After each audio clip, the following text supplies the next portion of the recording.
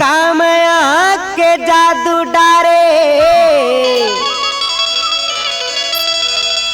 जबले पान तय खवाए हंस आई निंदिया आवे नरतिहा पहावे जबले हाश के गुठियाए हंस आई पान ला खवा के तय मुहला रंगाए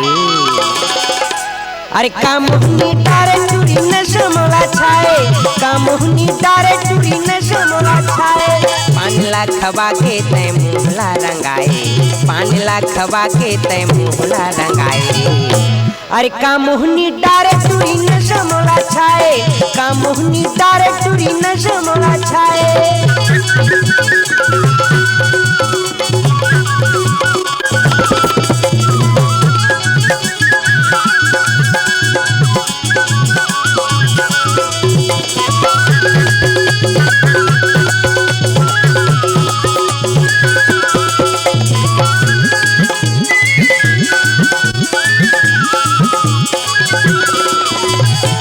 कथा चूना सौंपिया सुपारी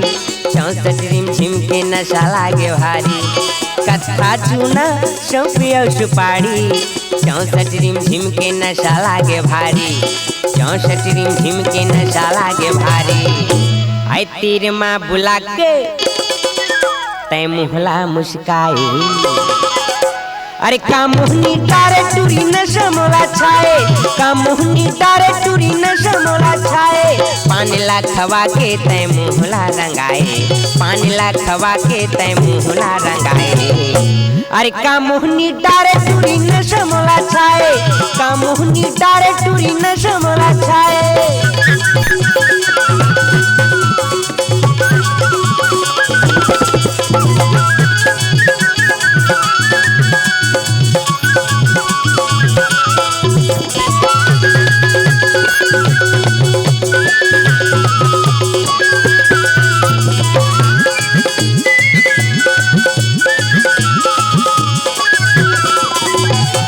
पान बेचत हावस बैठ बिच बजरिया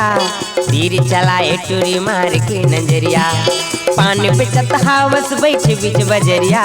तीर चलाए टूरी मार के नजरिया तीर चलाए टूरी मार के नजरिया आई मुँह ला पिचका के तय होठ ला हिलाई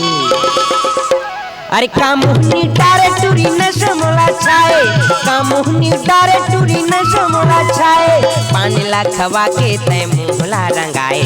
पान ला खवा के तय मुहला रंगाए अरे कामुहनी डारे टूरी नशमोला छाए कामुहनी डारे टूरी नशमोला छाए